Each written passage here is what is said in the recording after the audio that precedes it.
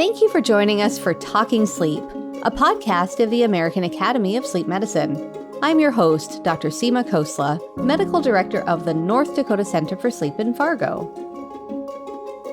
We know that there are 1 billion people in the world with undiagnosed obstructive sleep apnea, and that it simply isn't practical to have every person undergo a formal sleep evaluation. When we look at the economic and health impact of unidentified and untreated obstructive sleep apnea on a population level, it becomes even more obvious that we need an efficient, inexpensive way to identify those at highest risk of obstructive sleep apnea.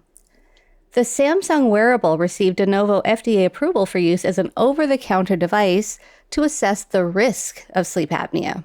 While it has not been approved to be used as a diagnostic test, it does open up the possibility for widespread OSA screening. This, of course, is limited to those who have access to wearable technology. Is there another method that might be even more efficient? Dr. Laura Castillo is a chemist who has studied biological matrices to identify biomarkers for obstructive sleep apnea. She participated in a data analytics bootcamp from Upgrade Hub and currently works as a data analyst in Bionics in Spain. Her research involves analyzing sweat, and she has found that there are specific markers for those with severe obstructive sleep apnea and those without obstructive sleep apnea. Dr. David Gozal has been working in this field for many years and has published extensively. He is the dean of the Joan C. Edwards School of Medicine and vice president for health affairs of Marshall University. He is a past president of ATS and has been continually funded by the NIH since 1992. He has also studied urine proteomics as a method to identify sleep-disordered breathing in children. Thanks for joining us today. Thank you. Well, thank you, Seema, for having us. This is really a pleasure to be here, and I look forward to our discussion. So let's level set. Dr. Gozal, tell me about proteomics. What is this? Well, proteomics, as you might deduce from the name, is the ability to create extensive identification of many, many proteins in any given sample. That technology has evolved over the last 25 years or so with the advent of mass spectrometry, and particularly with quantitative mass spectrometry, and allows us today to look at very large data sets of peptides and proteins that are embedded in biological samples. That's the fundamental element of proteomics. I will just also indicate that as opposed to genomics or in genes, we have about 30,000 genes in our body, but there are millions of proteins in our body. And so, for example, you could take the example of a cocoon and a butterfly. Both of them have the same genome, and yet they obviously have very different proteins that essentially characterize their format. So that allows us to then use proteomics as a reporter of functional elements within our body. Oh, so kind of, is that like genotype and phenotype then? Not exactly. It's one step before the phenotype. So okay. You have the genes, you have now the proteins, and the proteins constitute the building active blocks of every one of those cells. And so by doing that, you can deduce, therefore, some of the functions that are taking place. So, Dr. Castillo, what about metabolomics? What are those?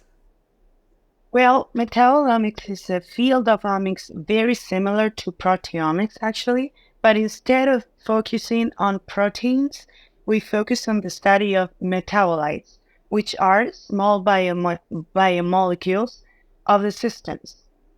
And we basically used instruments very similar to proteomics, like mass spectrometry and RMN. Yeah, basically is that. And so if I'm understanding this right, these are all biomarkers that then can be used to identify a medical condition? Yes, but not all of them, because depending on the pathological condition, we will be able to find some biomarkers or not. So all of them are metabolites, but some of them could be related to that pathological condition, and that will make that metabolite to be a biomarker. Okay. And so then are we looking at sort of one biomarker or a panel of markers? It depends. We normally try to identify as much as we can, and then we try to see which of them are related to that disease. So depending on if they are different or not, or that we find significant differences, we will get either a panel or specific biomarkers. Okay. And Dr. Gozal, what were you going to say? Well, I was going to give you an example of how we need to start really thinking about biomarkers. Yeah. Let's say that you have a population of 1,000 people, and that there are 10 people of those 1,000 that have a disease that you're interested in detecting. Okay. So let's say that half of the population are women and half of the population are men. Well, you could say that if I were to use the sex of the person, I would be able to select 500 of those 1,000. That would not be very helpful to identify the disease, because 5 of the women would have the disease and 5 of the men would have the disease. But nonetheless, I would be able to identify a proportion of patients that would be with the disease. It's not a very helpful biomarker, yet it would be included in the metabolome or proteome, because we would identify that they're men and women. So what we need to find is to find those unique elements, whether in proteins or in metabolites or any other type of biological sample derivative that we measure. They will tell us with much greater discrimination, at least a proportion that is relatively important of the sample that or the disease that we're trying to identify. Now, second problem is that a single biomarker rarely serves that purpose. And so what we need to do is to say, okay, out of the 1,000 potential candidates, we're going to use 10. And of the 10, if anybody has 6 of those 10 at any given time, then the probability of having the disease is very high. Therefore, this panel is very helpful as a detection, screening, diagnostic, or whatever other criterion you want to apply. So you kind of play the odds then. You always play the odds. Better be in your favor, otherwise you lose. And so you don't want to lose. You can't afford to lose with a panel of biomarkers, because if there is too much inaccuracy and therefore you lose many times, then the biomarker panel is not good enough for the purpose of clinical application. And so then are these meant to be screening tests? Are they meant to be diagnostic? So where I'm kind of going with this is, could you pair one of these tests with maybe an oximetry? And would that sort of be another signal that maybe this was obstructive sleep apnea? I'm trying to wrap my brain around, is this something that when I go to the doctor, I will have this test, or is this something that will screen large populations? It can go both ways. It depends on how you want to develop your test. Okay. If for screening, you want to have a very high sensitivity, but the specificity will not be as high. In other words, you're going to detect many, including those that don't have disease, but in many of those that you quoted as potentially at risk, ultimately, because the specificity is not as high, won't have the disease. But that's okay, because that's a screening test. That makes sense. Now, if you want a diagnostic test, you want to have it also relatively sensitive, of course, but also to have it very specific, because anybody that you will say has the disease really has to have it, right? Okay. You don't want to take people that don't have the disease and designate them as having the disease. So the purpose of the actual biomarker panel that you're trying to develop will determine what criteria then you use in order to use it one way or the next. Okay, that's helpful. So, Dr. Castillo, this started when I read an article that you published about identifying severe obstructive sleep apnea through sweat. And I remember reading this and then, of course, asking everybody I knew about, okay, have you heard of this before? You know, what does this look like? So how did you decide to do this? Well, first of all, our research group works in finding or searching for new alternatives when regarding sample preparation and clinical metabolomics matrices. So basically, we were just looking for a new alternative to the basic or more common samples such as blood and urine, Okay. because sometimes you need it because of the patient condition or because of the sample condition. I don't know. For some reason, if you need an alternative, we thought about sweat. Mm. In addition, sweat is a very simple matrix regarding its composition. It's basically water. So that makes us, that allow us to identify metabolites easier. Why is this? Because metabolites, we mentioned before that they are small biomolecules. So any other biomolecules in that sample, such as proteins, are bigger, and they will interfere in our analysis, and normally we need to eliminate them. Mm. So we normally remove them before identifying metabolites. So if we don't have it in our matrix, that's a step that we don't need to do. So that's another reason why we chose sweat. Well, there's multiple ways of assessing sweat. What I think is being alluded to is through an electromagnetic stimulation of the skin. Through conductance, you obtain a stimulation of the release of sweat, and then it's collected in the microtubules that then preserves the content and concentration. You can do it through evaporimetry. You can do it through a variety of pseudomembranes that actually collect the fluid. We all produce sweat all the time. It's not just when we feel that we're sweating. This is a constant, but it changes over time with a variety of stimulants. And so depending on how and the purpose of what you want to do, you can have either stimulated or unstimulated sweat the same way that you do for saliva. Huh. So can you then rule out severe obstructive sleep apnea based on a sweat test? I would say that probably. I can't really say a yes because our study actually includes a small cohort of individuals. So as a proof of concept, we would say that yes, we can discriminate severe sleep apnea patients through this test. However, we will probably need to repeat this test with a bigger Sure. cohort so we can confirm it.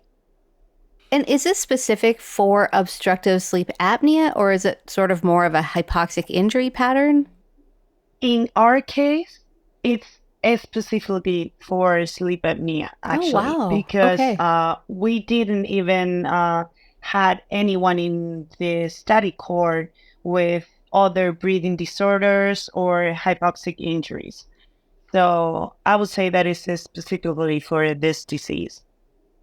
But I'm going to argue a little bit different. Being an academician, I have a tendency to make sure that we all understand what we're looking at.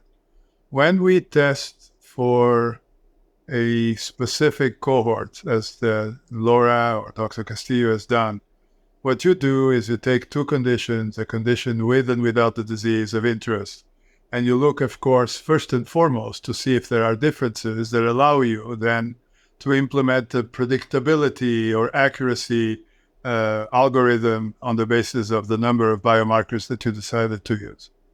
And depending on your receiver operator curves and your Bland-Altman plots, you will decide whether your panel is performant enough to discriminate reliably in your cohort, whether that is applicable to the disease of interest. However, you have not tested for people that had other diseases that may actually create the same confusion.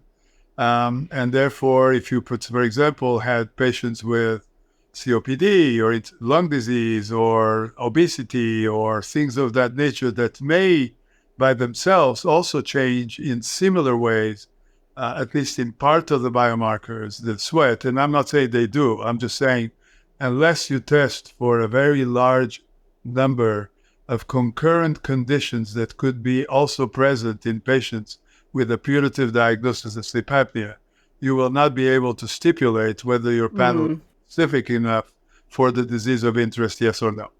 So That makes I sense. want to put there a little caveat to this. The second is really that we take for granted that and the diagnostic panels, that they are good only for diagnosis. And I want to caution that this needs to be very careful because let's say that we would like also to know whether the panel of biomarkers actually changes with treatment. Let's say it doesn't. You would say, oh my God, this really fails the purpose of these biomarkers, and in fact it doesn't. The biomarkers that you developed in the context of the methodology used by Dr. Castillo and many others, including us, in order to define at least a priori the candidate, continues to operate well in the diagnostic realm. It still doesn't mean that it will actually be a good panel to determine whether the disease is present after treatment.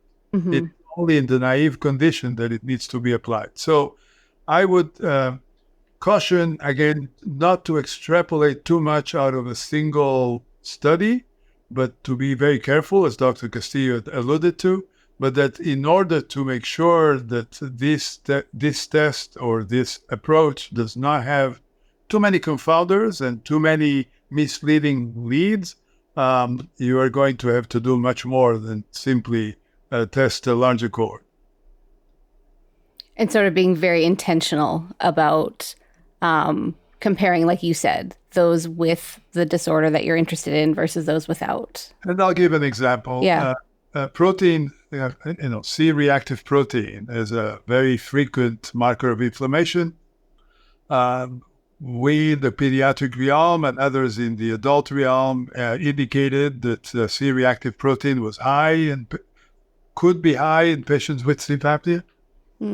And in many ways, when we tried to see whether CRP was actually a good biomarker, it turned out that it wasn't, because if you have inflammation from any other reason, if you have a tooth infection, you have C-reactive protein that will go up.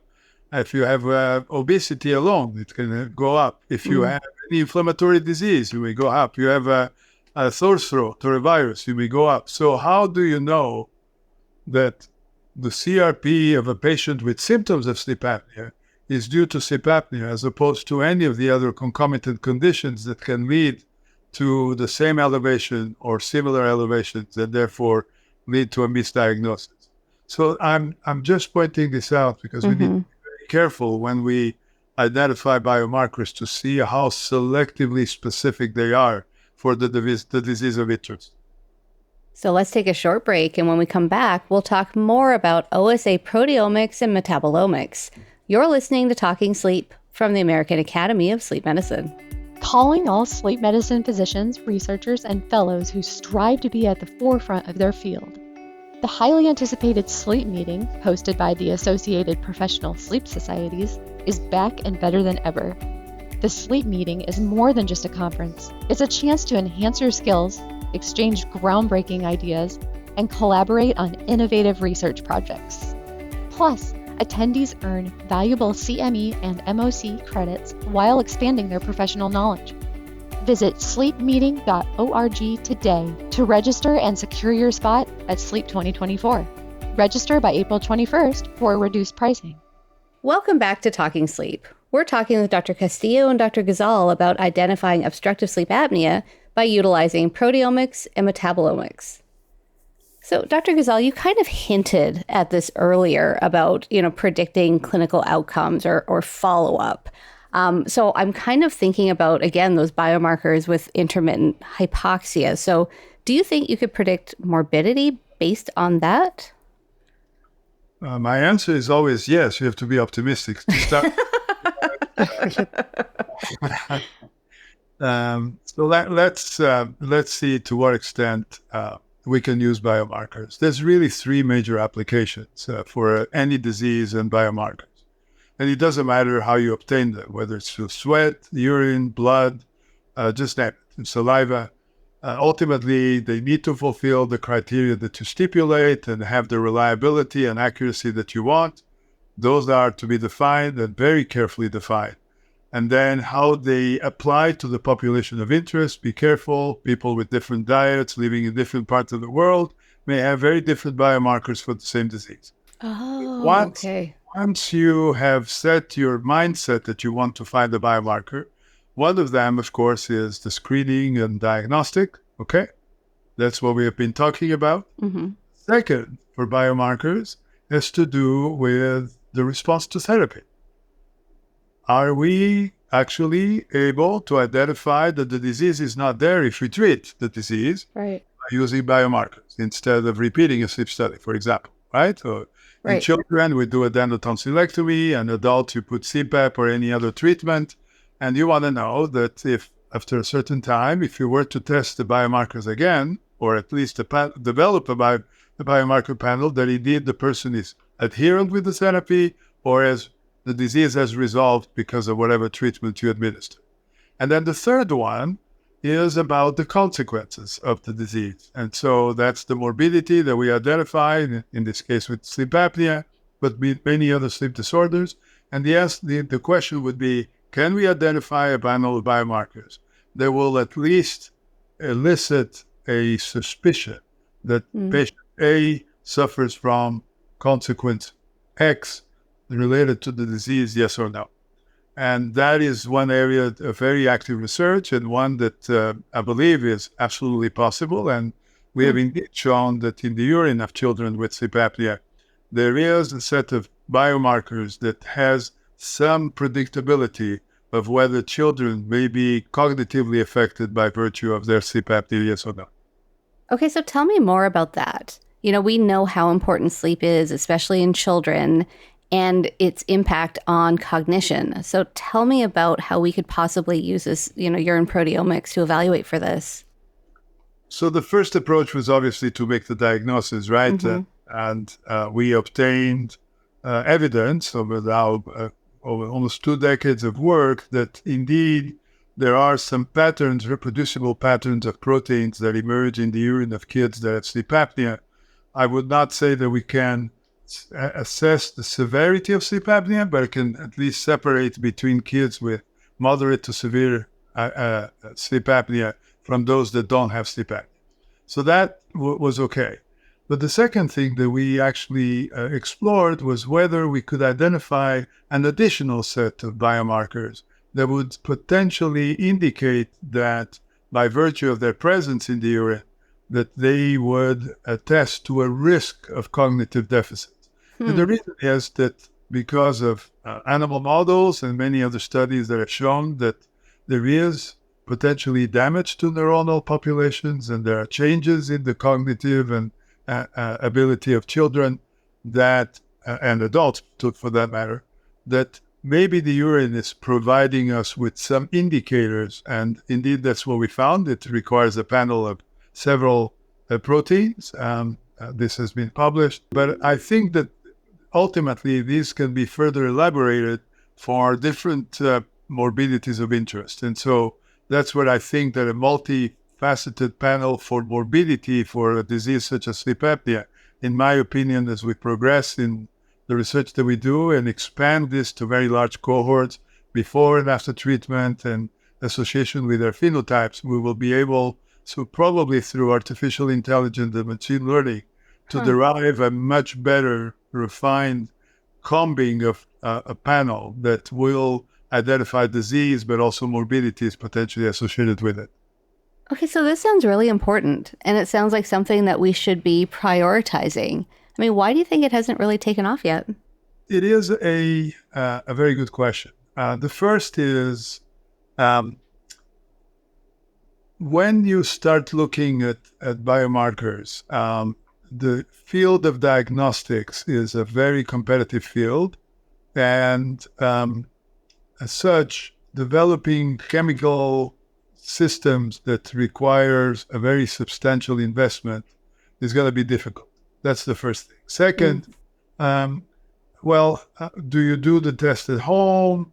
How do you do it? What are the technologies? What is the abundance of the actual biomarkers, and what kind of sophisticated systems you need in order to detect them, even if the sample is simple to obtain?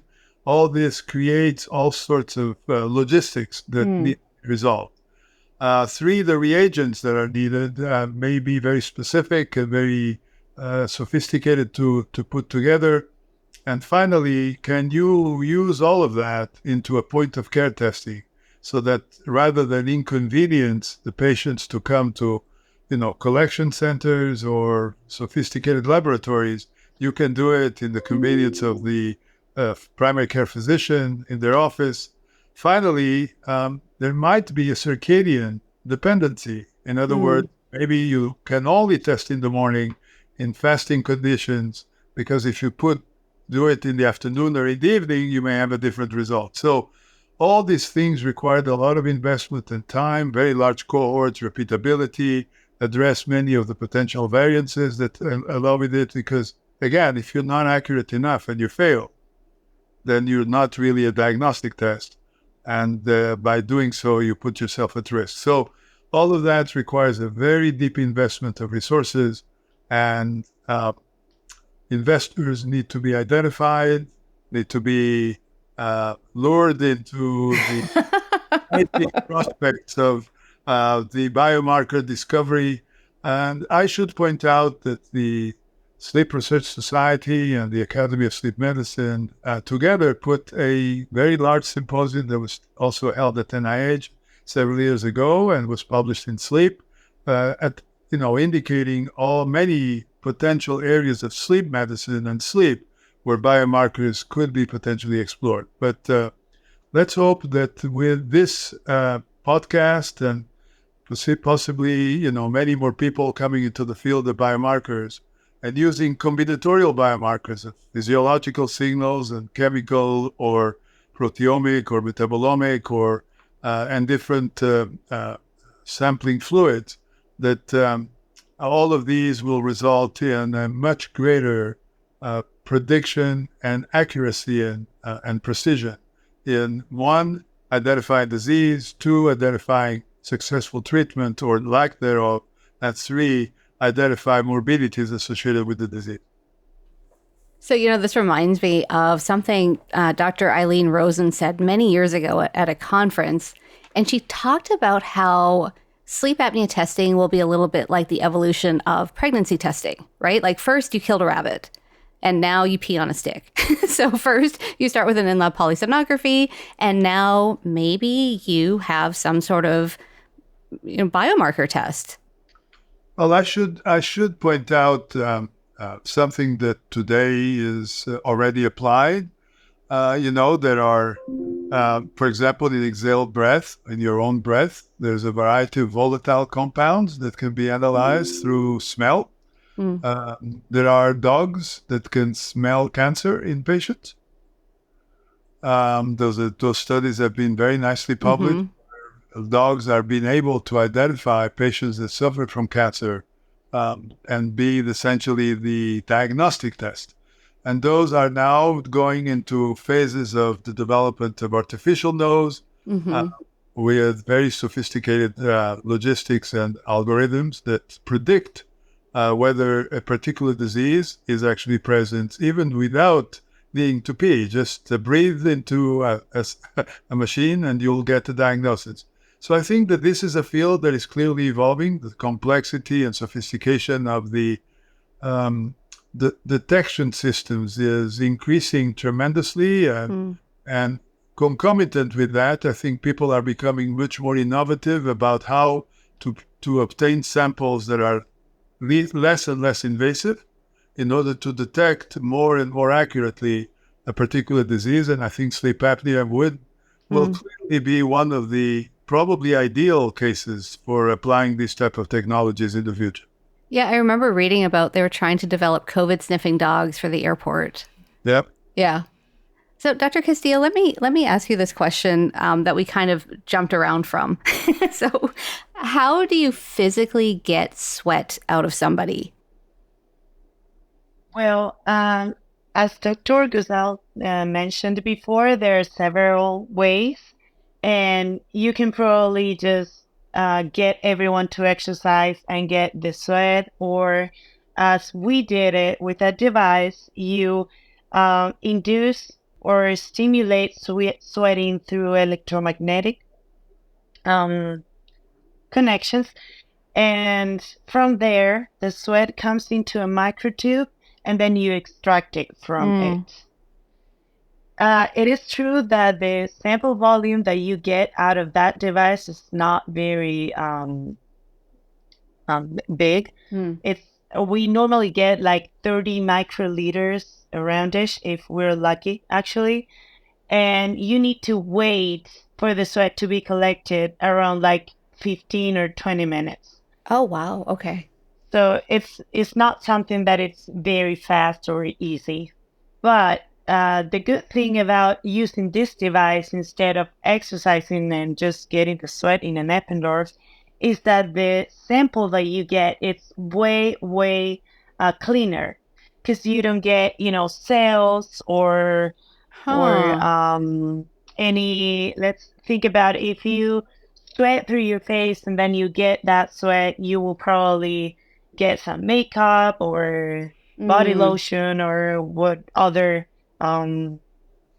products that you have, right?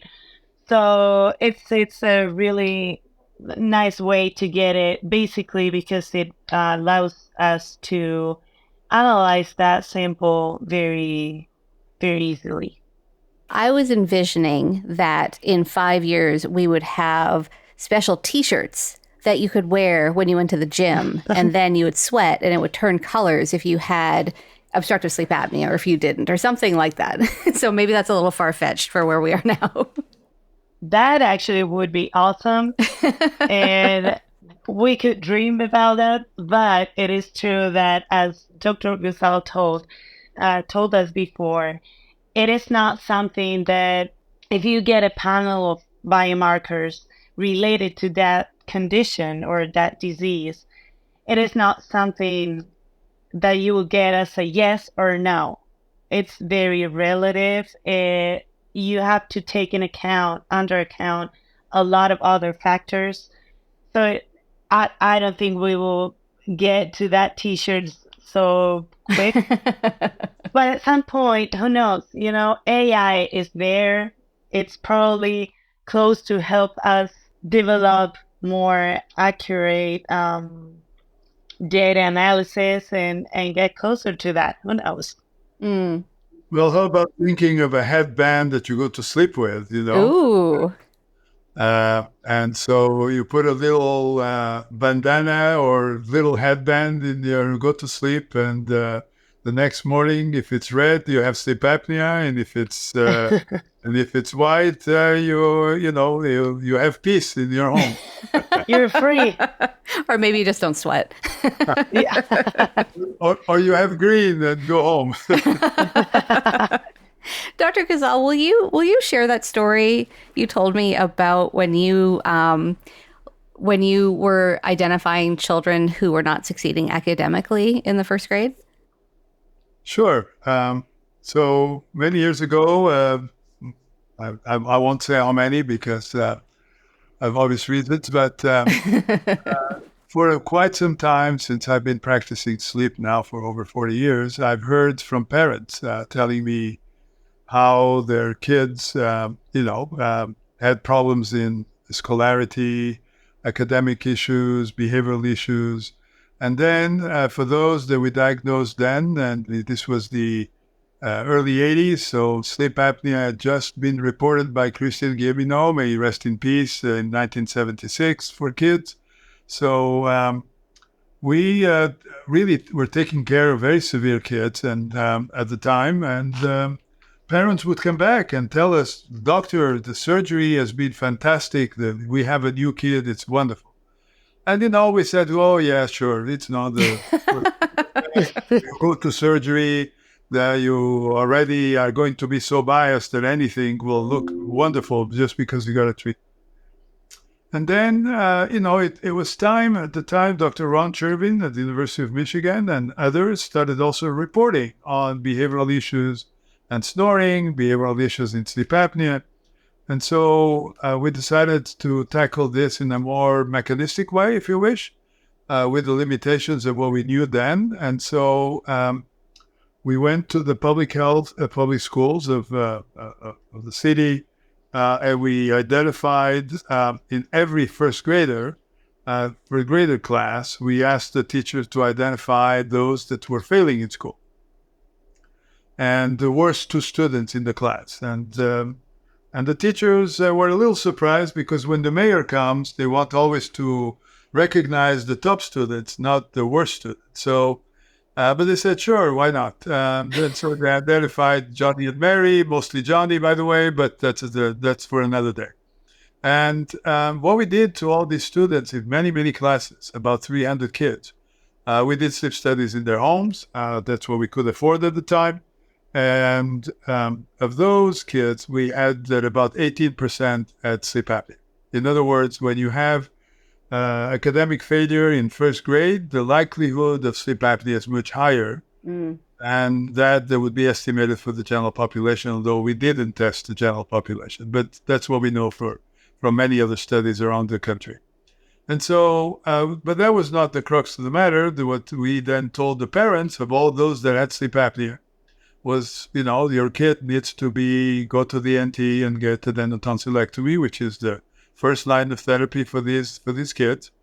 And about half of the parents said, doctor, it's very nice what you did for us and have us participate and so on. But my son or my daughter snores as loud as grandpa or papa, and we're not going to do anything. We're proud of our snoring in our house. And they didn't do anything.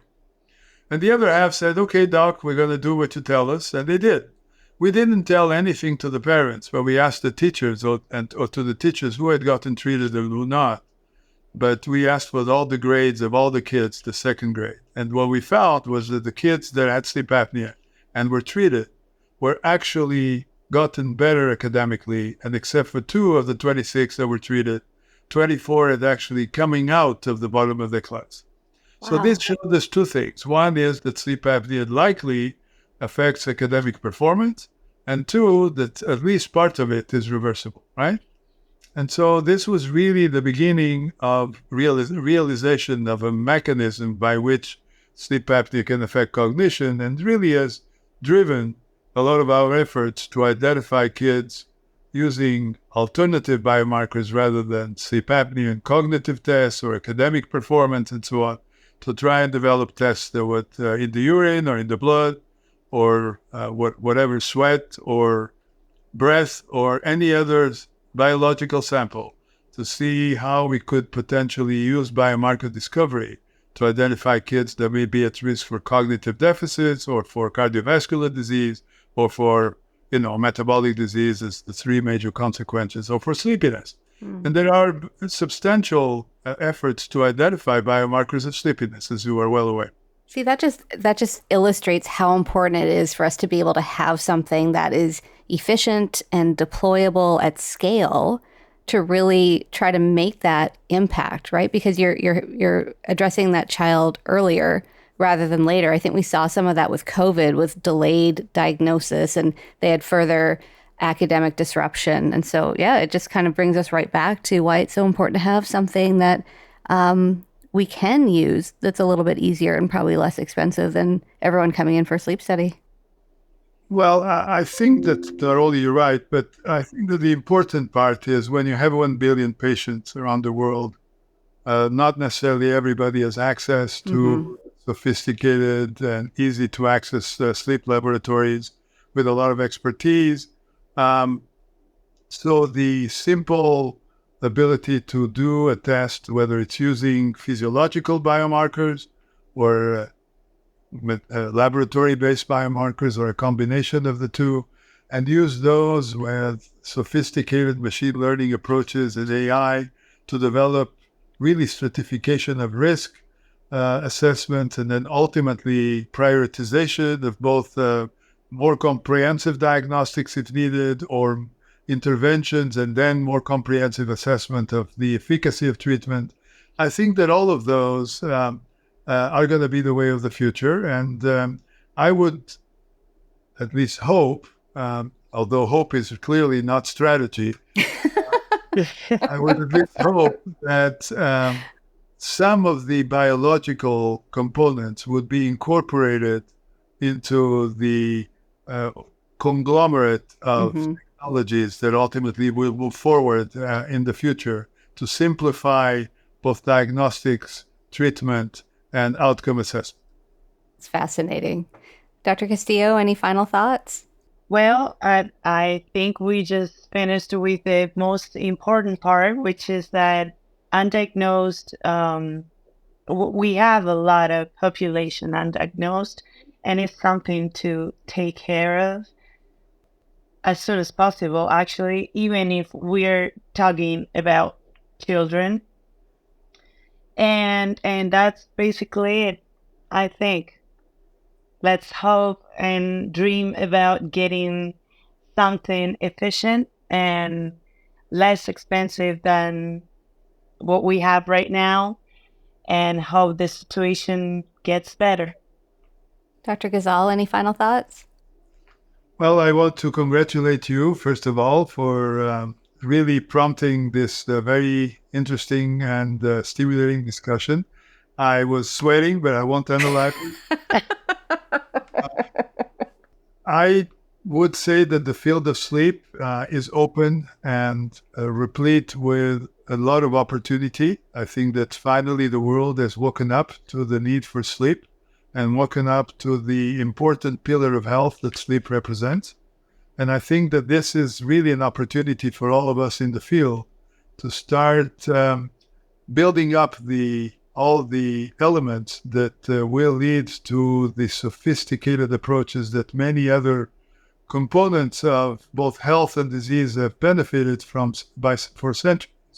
And that it's time for us to catch up and join the others by bringing sleep into the fore. And so if biomarkers are going to be part of it, which I hope they will, then all the better. Well, thank you both for joining us today. I appreciate Dr. Castillo. This is an odd time for you. I know you're based in Spain. Dr. Gozal, thank you both for helping us better understand proteomics, metabolomics, and how we may be able to harness biomarkers to identify obstructive sleep apnea. Thank you so much. Thank you very much. It was a pleasure. Thanks for listening to Talking Sleep, brought to you by the American Academy of Sleep Medicine. For more podcast episodes, please visit our website at aasm.org. You can also subscribe through your favorite podcast service. And if you enjoyed this episode, please take a moment to leave a rating or review. For more feedback or suggestions, email us at podcast@aasm.org. I hope you'll join us again for more Talking Sleep. Until next time, this is Seema Khosla, encouraging you to sleep well so you can live well.